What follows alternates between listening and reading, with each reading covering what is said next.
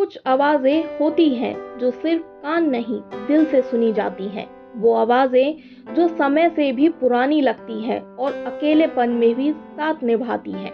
गांव का एक कोना, हर सुबह एक बूढ़ा आदमी रेडियो लेकर चौपाल पर बैठता है। उसका नाम कोई नहीं जानता। लोग उसे रेडियो वाला बाबा कहते हैं। हाथ में पुराना टूटा हुआ रेडियो, कान से चिपकाकर कुछ सुनते रहते हैं और फिर धीरे धीरे खुद बोलने लगते हैं जैसे किसी को कहानी सुना रहे हो। एक बार की बात है, उसने कहा, माँ मैं वापस आऊंगा, और वो लौटकर फिर कभी नहीं आया। गांव के लोग हंसते हैं, पागल है बाबा, किससे बात करता है, कभी किसी को देखा है उसके पास। पर कुछ बच्चे, कुछ बुजुर्ग चुपचाप बैठ जाते हैं उसके पास और उसकी कहानियां बड़े ध्यान से सुनते हैं, जैसे वो किसी पुराने जमाने के किस्से सुना रहा हो।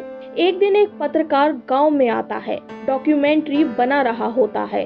तभी उसका ध्यान बाबा की तरफ आता है और बाबा को वो नोटिस करने लगता है। बाबा से पूछता है, ये आप किससे बात करते हो रेडियो में? बाबा धीरे से मुस्कुराते हैं, उनसे जो अब कभी वापस नहीं आएंगे। पत्रकार कुछ समझ नहीं पाता। अगले दिन वो बाबा का पीछा करता है। बाबा एक पुरानी बंद सी दिखती कोठरी में जाते हैं। अंदर सिर्फ एक चारपाई, एक रेडियो और दीवार पर एक पुरानी फोटो, एक जवान लड़का जिसमें वह फौजी की ड्रेस में खड़ा हुआ होता है।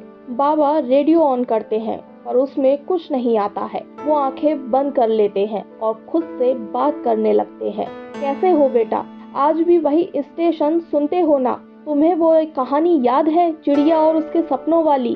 पत्रकार की आंखें यह दृश्य देखकर भर आती हैं। उसे समझ आ जाता है कि ये बाबा अपने बेटे से बात करते हैं, जो शायद अब इस दुनिया में नहीं है।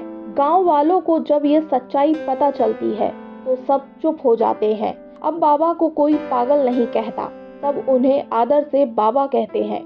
बाबा हर दिन वही जाते हैं, रेडियो ऑन करते हैं और धीरे धीरे कहानियां सुनाते हैं, अपने बेटे के लिए और अब पूरे गांव के लिए भी। उनकी कहानियां सुनने के लिए गांव वाले वहां पर बैठ जाते हैं। फिर एक दिन वो आवाज रुक जाती है। बाबा का रेडियो बजता रहता है पर वो चुप हो जाते हैं। गांव वाले पास आते हैं। बाबा की सांसें थम चुकी हैं और उनके चेहरे पर मुस्कुराहट होती है, जैसे किसी की आखिरी बात सुन ली हो।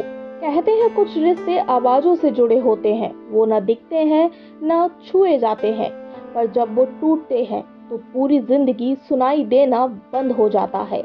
अगर आपने भी कभी किसी को यादों में जिया हो तो कमेंट में उसका नाम जरूर लिखें और RI स्टोरी को सब्सक्राइब करें, जहां कहानियां सिर्फ सुनी नहीं महसूस की जाती हैं।